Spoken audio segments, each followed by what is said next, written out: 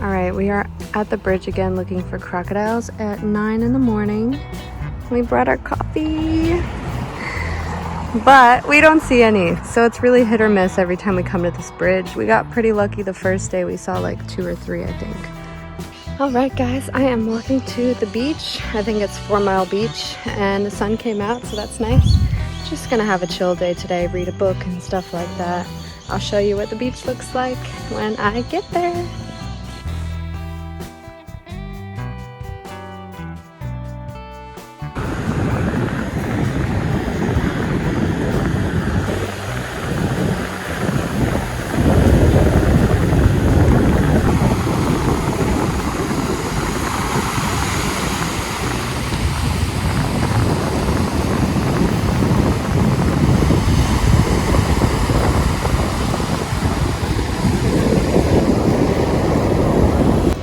It's nice to just chill on the beach. I wanted to show you guys what I was reading.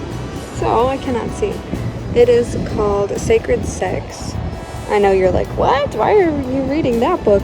So when I was in church in Georgia, I met this couple and they were talking about like relationship goals and marriage counseling and all this stuff. And I'm not married, but the lady I met recommended this book. And I just love to read faith-based books anyways, and especially on relationships. And, you know, like if I could prepare myself to have a really healthy marriage, then I'm going to do what I can now to read and learn about it. So yeah, I'm reading this book. And if you are married, or, yeah, you should be married. If you're married and you're struggling with sex, I definitely recommend this book. Basically, it's saying that sex should be sacred, and it is like the most spiritual thing that you can encounter with somebody on this earth. But the world just kind of mistreats it, and the world actually worships sex in all the wrong ways and teaches us all the wrong things about it. So I definitely recommend this book if you are struggling in your marriage. It'll probably help you a lot. I know that it helps that lady and her husband. So yeah, it's just really, really good, really, really interesting stuff. Like, you know, you'll change your whole perception on it, and you'll probably experience amazing things with your spouse, like incredible things with your spouse. Also, I wanted to talk to you guys about the tour yesterday. So it was like this guy who owned this land and house for 35 years, and he just runs tours with his wife out of his backyard, basically. And he was so knowledgeable. Like, he gave us the coolest facts ever.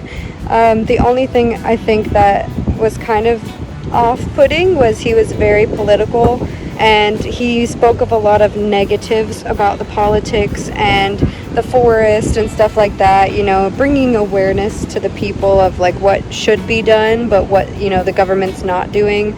But all in all, told us a lot of cool stuff about plants and animals and how they all connect, and even how the cyclones in Australia like actually are replenishing assets of the forest. And the coolest story that I want to share with you is he said that when he moved up there, I think somebody had told him about pythons, scrub pythons, stealing babies and like, you know, eating babies, and it happened to this person a long time ago, and he told us that story. And so he said when him and his wife had their first child, he remembered that, and so they actually would like take the child and put the child in their bed and shower with the child and like never let the kid out of their sight. And he said when he went outside one night, he found, it was, I swear he said 6-meter long scrub python, and it was waiting for him. And so the pythons actually can smell the pheromones of the newborn baby or the mother, I don't know, something with the new birth, and they come to like literally eat your child. And so he said that python hung around his house for 2 weeks, and then the second child they had, like years later, the same python came back and it hung around 2 weeks, and the third child, years later, the same python came back. So I thought that was insane. Like, you know, if you're going to have a child in Australia, no matter where you live, you should probably lock your windows and lock your doors and hide your kids. And then the other cool story too was the crocodiles. So the river that we saw, we walked by it. He said the Aboriginal people would give birth there in the river, but the problem was the crocodiles could also smell and sense that pheromone of new birth, and they would come to try to eat the child. So sad. But they started doing something counteractive. So when the crocodiles would want to start coming to eat the kid, they would go hunt the crocodile and like put a spear through it, and it called out and cried and stuff when it died, I think, and it warned all the other crocodiles that the smell of that pheromone actually means danger now.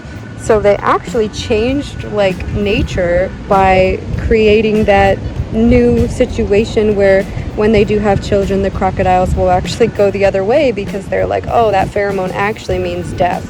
So that was a really interesting thing too. He showed us this like this type of mushroom or something, or fungus, and it would like grab a fly flying by and then like slowly decompose the fly. He told us all about the trees and how like, you know, the beetle will come in, eat the tree will be hollow, and then the hole closes up when the beetle flies out, and now the ants are there, and then the fruit grows, and then the striped possum comes and eats the fruit, and then the cyclone comes, and like everything in the forest is interconnected, and if you lose one thing, then the whole forest might like go down, you know, or that whole species will just go extinct. And some of like the oldest trees and the ancestral trees of the whole world, I think, come from that forest.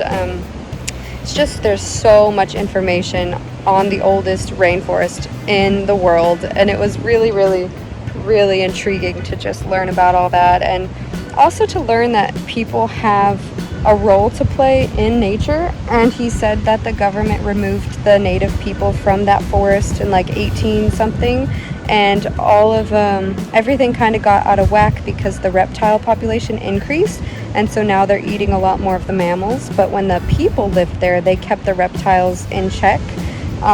He also said that the people were like an average height of like 4'8" or something, because they were all tree climbing people to live and like to go up in the trees and hunt pythons and stuff, and just crazy. It blew my mind. Like I couldn't remember half of what he said. But yeah, go check out that video of the Daintree Rainforest tour. It was probably before this video, and I tried to list some of the cool facts in there and how old the rainforest was and stuff like that. So yeah, really, really, really cool. Guys, I'm feeling kind of sad because my trip is like almost over, and I'm not ready to go back to reality. I've been applying for more jobs. It's been tough. I haven't really gotten any bites. So I'm probably going to start applying for restaurant jobs and stuff. But I completely trust God with wherever he's going to place me in work. I completely trust him. And I know that what he did for me in Colorado changed my life with work and who I met and what I learned. So we'll see what happens. Yeah, I've got just a few more days in Port Douglas, and then I go back to Cairns. And I still don't have a place to live for the first like month. So might be sleeping in my car again. To be honest, I actually miss it. I really miss sleeping in my car, because I would wake up with the sunrise and I would go to bed with the sunset, and it just made me so much happier. Like I've missed the sunrise and sunset pretty much every day here, and it's sad. Like I don't like living in a house. I'm not going to turn into a hippie, but like I feel too like privileged when I'm actually living in a hotel or something. Like it's too much for me. I would rather a simple life. I'd rather the humble life, honestly. But it is nice to have a comfortable bed and actually get some good sleep. Life's interesting. It's up and down for sure. I really enjoyed solo traveling too. Like there's a lot that is good about it in a way. So it's nice to spend some time alone with yourself, get to know yourself, and face those challenges, just you, yourself, and I almost forgot to tell you, I learned something about myself on this tour. So when the guy was talking about all the pheromones and like chemosensors and stuff like that reptiles and some animals have, I think, where they can sense something and they know it's there, just because of their like senses and living there their whole lives. Like you just learn, like unconsciously, you know. He said after he's done this hike several times, and his kids even have it because they grew up in the same forest with like learning and developing these senses. He said he walked by a tree once and he said leaf-tail gecko, before he even saw it, and he looked up and there it was, because his senses already knew that it was there because of the chemoreceptors or something wild. Guess what? I have that too. I have that gift, because I've had that happen to me before, where I'm thinking king snake, and then bam, there was a king snake at my feet. It happened with the platypus when I was here. That's why I was so shocked when I was like, I really wanted to see a platypus, and I looked down and it popped up at me. And it's happened to me with like the pythons too. Like I just sensed it. I was just like, there has to be a python like right here, and then I found it. And I don't know if it's just because I've been in nature a lot of my life, or maybe all the snake like herping and stuff, like my senses are just more aware of snakes. I don't know, okay, it's the weirdest thing, but I'm sure as human beings we have a lot more stuff going on than we give ourselves credit for, that we don't even know that's happening in our brains and stuff like that. Also, something crazy happened when I was in Port Douglas. So this guy that I had matched with on a dating app way back like last year before I moved here, I was trying to network in Australia and just make friends, honestly. Like I wasn't looking to date. I just wanted to make friends, ask some questions, talk to the locals, learn what's safe, what's not safe. And so I ended up talking to quite a bit of people, made some acquaintances and networked and stuff. And this one guy I ended up talking to for 5 months before I moved here. And then, you know, something happened. We stopped talking, lost contact, all that stuff that sucks. And I saw him I saw him 2 days ago in this town, walking by me. And my heart sank. I was like, oh my gosh. I was like, that's him. And he doesn't even live in this town. He lives 5 hours south of this town. And I'm like, I stayed in his town for a week thinking I would run into him, and I didn't. Like, I felt that vibe, like, I'm going to see him. I'm going to run into him. And I ran into him in Port Douglas. And I was like, wow, that is just crazy. So I reached out to him because, you know, I'm all forgiving and loving and I don't hold grudges. So I just told him like, hey, I think I saw you. And it was him. And he's like, you know, you looked familiar too. So just weird. So strange. I'm still trying to figure out why God did that to me. Because that's no coincidence. In a whole different country, I run into the one person that I knew that kind of like ended badly in a way. But just so weird. Such a small world. Not a coincidence though. This is why I believe in the power of faith.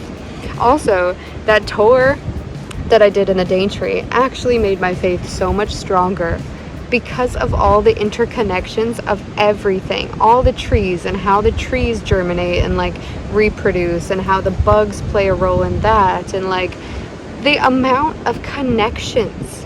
It is not by random design. There is no way in the world that this forest runs just by randomness, by the Big Bang Theory. Like, to me, that makes absolutely no sense. I am like, there has to be a perfect creator who perfectly designed this to function here, and then this insect does this with this tree, and then this animal helps this insect live by this reason. I mean, the amount of connections was insane. You should go do some research on the Daintree rainforest. It's crazy. Or go on a tour if you're here.